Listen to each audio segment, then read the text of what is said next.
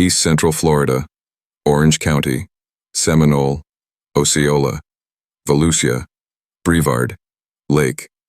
6 counties surrounded by water, built on sand, and sitting in the crosshairs of the Atlantic hurricane basin. Before 2004, this region had not taken a direct hit from a major hurricane in over a decade. The 90s came and went. Developers built. People moved in by the thousands.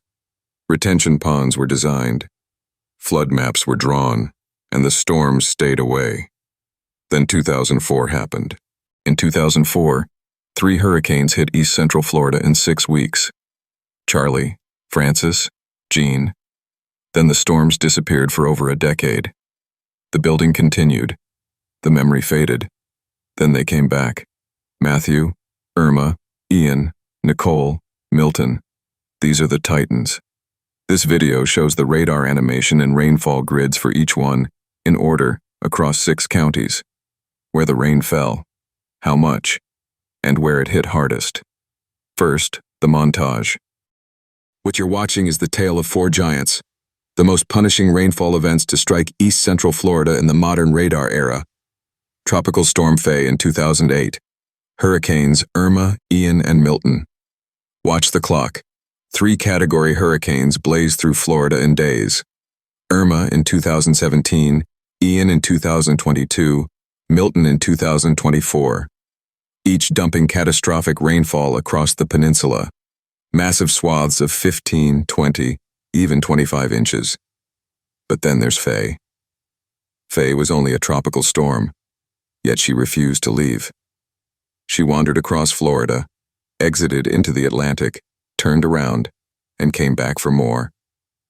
While the hurricanes replay on screen 2 and 3 times over, Faye is still going, still raining, day after day after day. And just when Central Florida thought it was over, one of Faye's lingering outer bands parked itself over western Volusia County and unleashed a deluge that sent closed basin flooding to apocalyptic levels, 27 inches of cumulative rainfall, more than any single hurricane on this stage. These are the behemoths. The Titans of East Central Florida rainfall. Part 2 is coming. Our complete record of every hurricane since 1995, including the highest 12, 18, and 24-month cumulative rainfall totals ever recorded in the region. Stay tuned.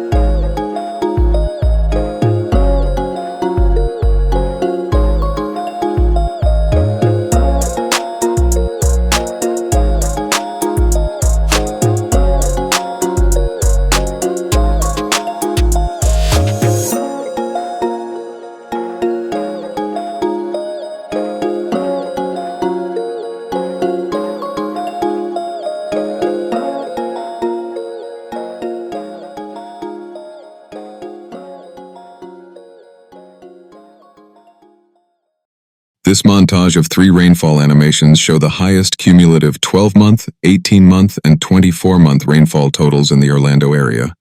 Excess cumulative rainfall is more important than a hurricane for landlocked basins which have no outfall, and the rain runoff and seepage inputs exceed lake evaporation, resulting in abnormal rises in lake levels, which can exceed the 100-year flood.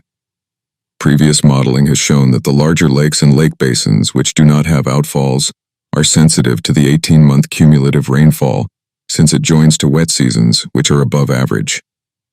Abnormal lake level rises are usually caused by 18-month rainfall totals exceeding 110 inches and sometimes even 105 inches.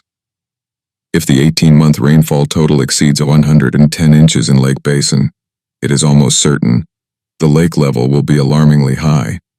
The maximum 12-month was the El Nino rainfall years of 1997 and 1998.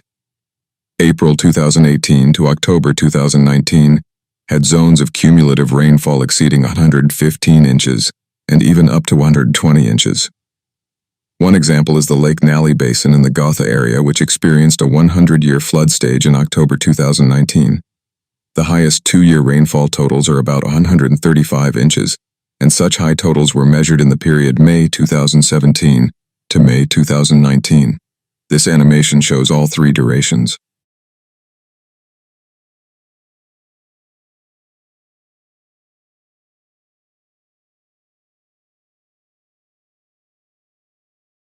This montage shows the 3 hurricanes of 2004, with Hurricane Irma of 2017 for comparison. The 2004 hurricanes were not the rainmakers as the more contemporary hurricanes, but Hurricane Charley had extraordinary wind speed and Hurricane Francis had a wide girth. These 3 hurricanes, over the period August 13 to September 26, 2004, is known as the Troika we never saw coming. In 2017, Hurricane Irma made a run-up through the spine of the state coming in from the south, which was impressive on the satellite, and Hurricane Melissa, with winds of 190 miles per hour, hit Jamaica in October 2025, had a similar trajectory as Irma, but veered off before impacting the state of Florida. That would have been a worst-case scenario for Florida.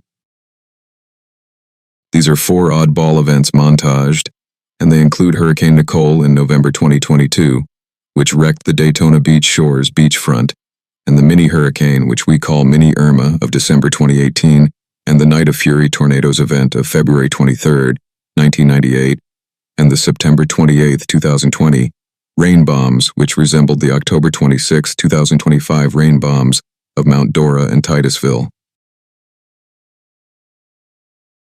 August 13, 2004. Hurricane Charley defied all predictions. Originally forecast to strike Tampa Bay as a Category 2, Charley instead rapidly intensified to Category 4 and made a devastating right turn toward Charlotte Harbor. With winds reaching 150 miles per hour, it became one of the most powerful storms to strike southwest Florida in recorded history. The compact eye wall, just 7 miles wide, carved a narrow path of catastrophic destruction from Punta Gorda through Orlando. What you're seeing now reveals Charley's unusual rainfall signature. Unlike typical hurricanes, Charley's extreme forward speed, 25 miles per hour at landfall, meant less time for rainfall accumulation. The highest totals, shown in light green, reached only 6 to 8 inches along the immediate eyewall track through Charlotte and DeSoto counties. Notice the asymmetric pattern. Rainfall concentrated on the storm's northeastern quadrant, with Port Charlotte and Punta Gorda receiving the heaviest accumulations in light green. Most areas experienced moderate rainfall, shown in light blue, 4 to 6 inches, while the outer bands, depicted in white, brought 2 to 4 inches. What made Charley particularly dangerous wasn't the rainfall, it was the wind. This was a wind event, not a flooding event. The compact size and rapid movement limited widespread rainfall, but the intense winds caused $16 billion in damage, making it the second costliest hurricane in U.S. history at that time.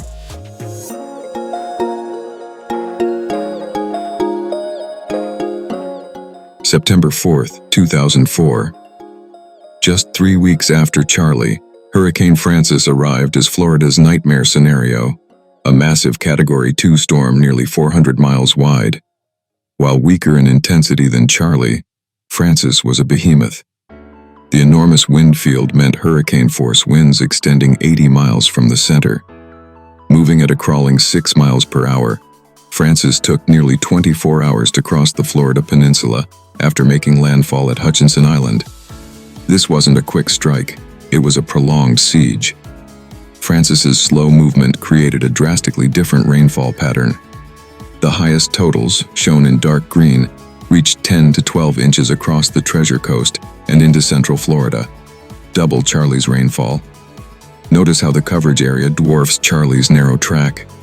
Light green areas received 8 to 10 inches, spanning from the east coast through the I-4 corridor.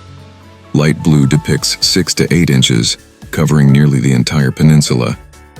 Even the white areas, 4 to 6 inches, represent significant rainfall.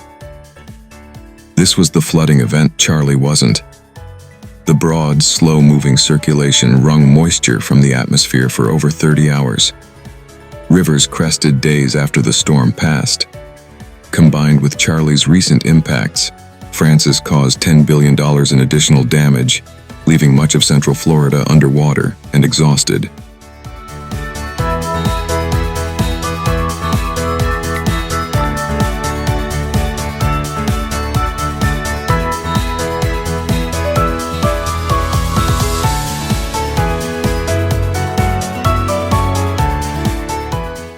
September 26, 2004. Incredibly, just 3 weeks after Frances, Hurricane Jeanne followed an almost identical path. Making landfall near Stewart as a strong Category 3 with 120-mile-per-hour winds, Jeanne struck communities still reeling from Frances's floods and Charley's destruction. The storm tracked across the peninsula, devastating areas that had barely begun recovery. For residents of the Treasure Coast in central Florida, this was the third major hurricane in 5 weeks, an unprecedented assault that would define the catastrophic 2004 season. Jeanne's rainfall tells the story of a saturated landscape pushed beyond its limits. The highest totals, shown in dark green, reached 12 to 14 inches along the same Treasure Coast corridor Frances had just flooded. Light green areas received 10 to 12 inches, with the St. Johns River Basin particularly hard hit, already swollen from Frances, now receiving another deluge. Light blue depicts 8 to 10 inches across much of the peninsula, while white areas show 6 to 8 inches. The ground couldn't absorb more water. Rivers that had just crested from Frances now reached record flood stages. Lake Okeechobee, already elevated, threatened the dike system. The cumulative impact was devastating. $7.5 billion in damage, primarily from flooding. Central Florida experienced its wettest September on record. 3 storms, 5 weeks, and a state brought to its knees.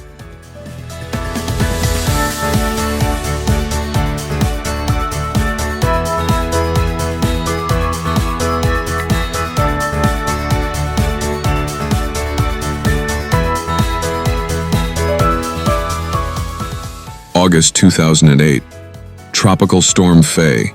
Never a hurricane, yet unforgettable. Faye did something no tropical system had ever done. It made landfall in Florida 4 times, first striking the Keys on August 18th, then Cape Romano on the 19th, back across the state to Flagler Beach on the 21st, and finally near Carabel on the 23rd. But the numbers don't capture Faye's true nature. This was a slow-motion catastrophe. The storm meandered across Florida for nearly a week, its broad circulation pulling moisture from both the Atlantic and the Gulf, creating a relentless rainfall machine.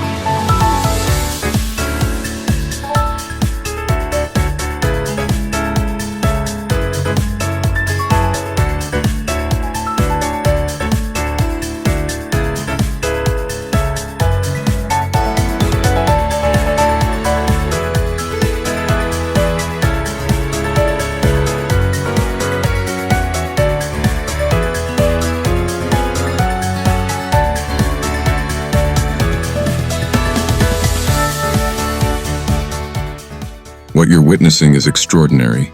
The purple zones, 24 to 25 inches, represent some of the highest tropical rainfall totals ever recorded in Florida outside of a hurricane. These occurred in Brevard County near Melbourne, where Faye's circulation stalled for days. The storm essentially parked over the Space Coast, wringing moisture from the atmosphere in endless bands. The red areas, 20 to 22 inches, extended from the Treasure Coast through east central Florida. Orange depicts 18 to 20 inches, catastrophic flooding territory. Yellow shows 16 to 18 inches, still well above what infrastructure can handle.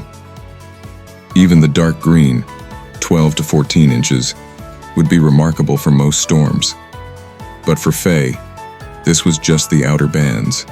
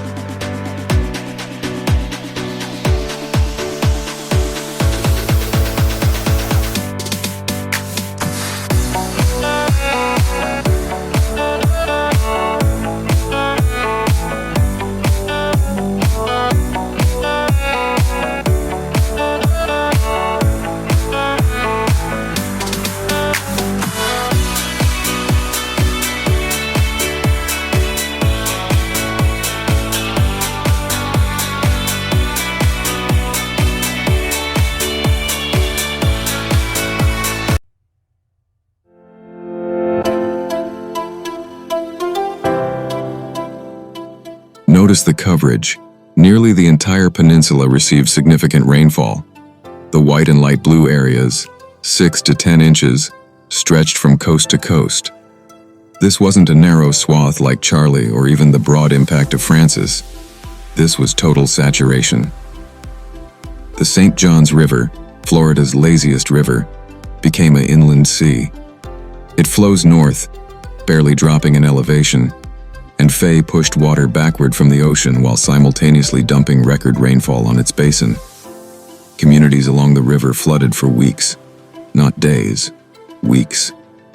Homes in Brevard and Volusia counties remained underwater long after Faye departed. What made Faye particularly insidious was the prolonged nature. 4 landfalls meant 4 storm surges. The circuitous path meant some areas experienced rainfall from multiple approaches, and the slow movement, sometimes just 5 miles per hour, meant the rain never stopped. Day after day, the bands reformed and trained over the same areas. Faye caused $560 million in Florida damage, nearly all from flooding. It wasn't the wind. Sustained winds barely reached 60 miles per hour. It was the water, the unending, relentless water. Faye proved that in Florida, you don't need hurricane-force winds to create a disaster. You just need time, moisture, and a storm that refuses to leave.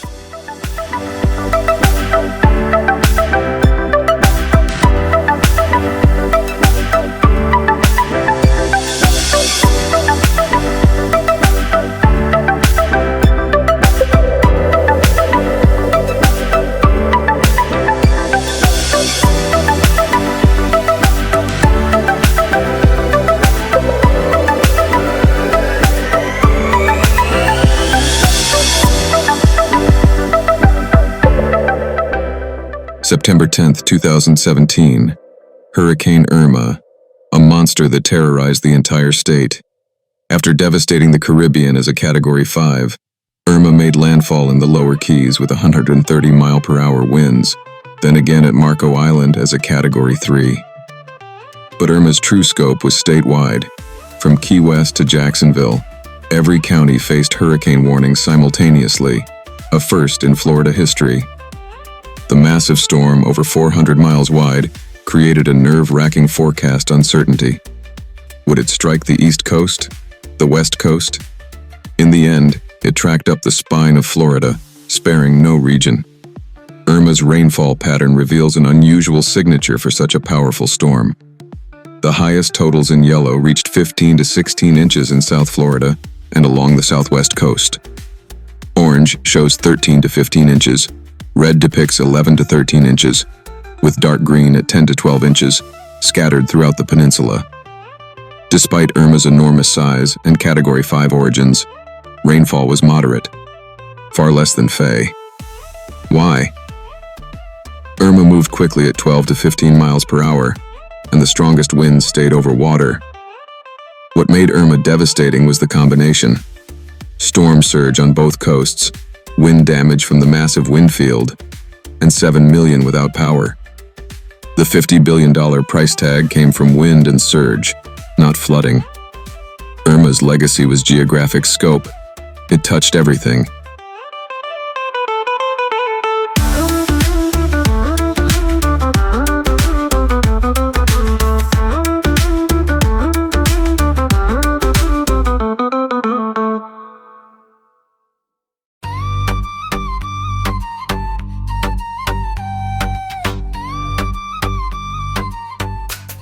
September 28, 2022.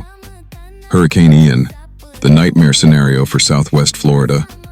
Rapidly intensifying to a catastrophic Category 4 with 155-mile-per-hour winds, Ian made landfall near Cayo Costa, directly striking Fort Myers, Cape Coral, and Sanibel Island.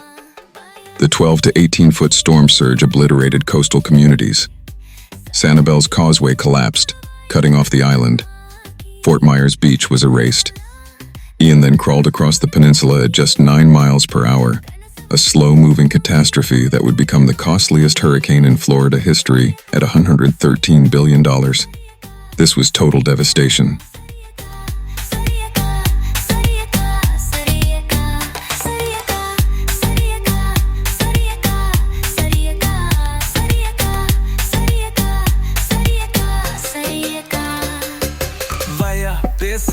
நீ பேசு பேசு பேசு முதுகோடு கைகட்டி கூடு கூடு கூடு மயிலை இங்கே யாரு யாரு யாரு நாயா கூவிது அங்கே வாடி வாடி வாடி வாடி சாயா காம தானா கூடி சாப்பிடுவோமா மாசா மாம தானா லட்ச பண்ணிடுவோமா மாஞ்சி பாப்பு தானா கூடி Ian's rainfall pattern shows extreme intensity. The purple zones, 23 to 24 inches, rival Faye's records, concentrated in Charlotte and Lee counties. Red shows 20 to 22 inches. Orange depicts 18 to 20 inches. Yellow shows 16 to 18 inches across central Florida. The slow movement meant Ian dumped water for over 24 hours. Dark green areas received 12 to 14 inches. Rivers crested days later. The Miaka, Peace, and Caloosahatchee reached record stages. Ian's devastation was the lethal combination: catastrophic surge, extreme winds, then record flooding. Coastal areas faced total destruction from surge while inland drowned under rainfall. $113 billion in damage. This was everything, everywhere all at once.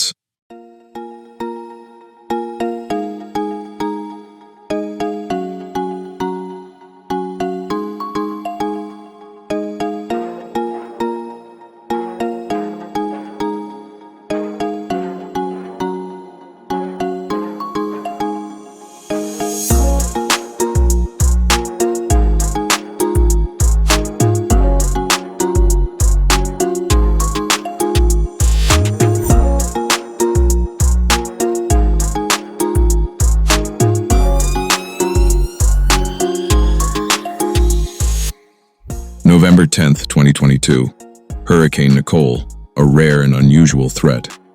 Striking just 6 weeks after Ian's devastation, Nicole became only the third November hurricane to hit Florida since record-keeping began, making landfall near Vero Beach as a minimal Category 1 with 75-mile-per-hour winds. Nicole's timing was catastrophic. The storm arrived during astronomical high tides, and Florida's east coast was already compromised. Beachfront structures in Volusia County, undermined by previous erosion, collapsed into the ocean on live television. Wilbur by the Sea lost multiple homes. The combination of vulnerable coastline, king tides, and a late-season storm created conditions far more damaging than the wind speed suggested. Nicole's rainfall signature was modest compared to recent storms. The maximum totals in light blue reached only 6 to 8 inches along portions of the east coast. Light green shows 4 to 6 inches, while white depicts 2 to 4 inches across most of the affected area. Despite limited rainfall, Nicole caused over $1 billion in damage. Why?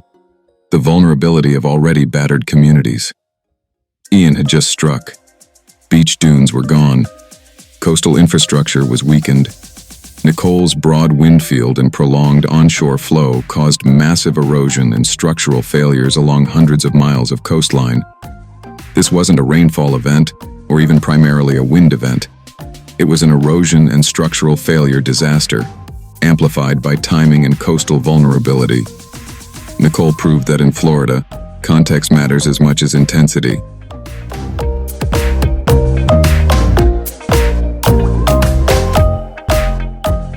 October 9th, 2024. Hurricane Milton, a meteorological phenomenon that stunned forecasters worldwide. Undergoing one of the most explosive rapid intensifications ever recorded, Milton's pressure plummeted from 988 to 897 millibars in just 24 hours, transforming into a catastrophic Category 5 with 180-mile-per-hour winds. The storm became a perfect buzzsaw aimed at Tampa Bay. While weakening to Category 3 at landfall near Siesta Key, Milton's 120-mile-per-hour winds and 8 to 12-foot surge devastated Sarasota and Manatee counties. But Milton brought another terror, a historic tornado outbreak. Over 100 tornadoes, including violent EF3s, ripped across the state hours before landfall.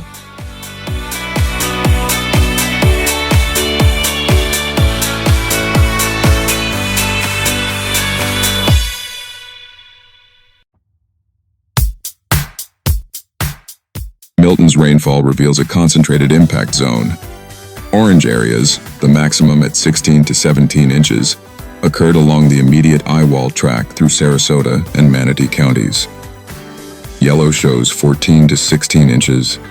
Red depicts 12 to 14 inches, with dark green at 10 to 12 inches extending across the I-4 corridor. Milton's forward speed of 15 to 17 miles per hour prevented Faye or Ian-level accumulations. But the rainfall was intense and focused. The St. Johns River Basin, already saturated from recent systems, faced renewed flooding threats. What made Milton historically significant was the triple threat: catastrophic wind potential, destructive surge, and the unprecedented tornado outbreak that turned evacuation into a nightmare. The combination of rapid intensification and multi-hazard impacts defined modern hurricane forecasting challenges.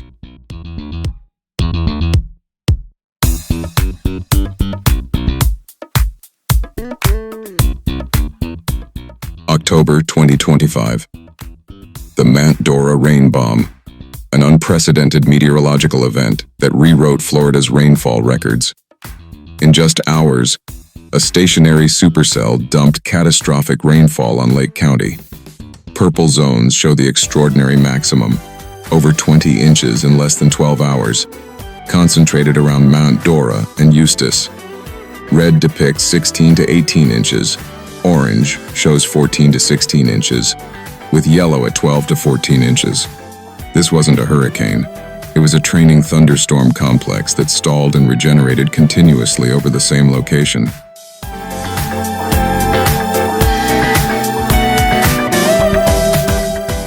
Streets became rivers within minutes. The Harris chain of lakes overflowed. Sinkholes opened across the region as the deluge saturated karst terrain. What made this event remarkable was the intensity. Rainfall rates exceeding 4 inches per hour for extended periods, overwhelming every drainage system. This was a 1,000-year rainfall event compressed into half a day. The rain bomb demonstrated that Florida's most extreme flooding doesn't always come from hurricanes. Sometimes it comes from the atmosphere simply opening up and refusing to move.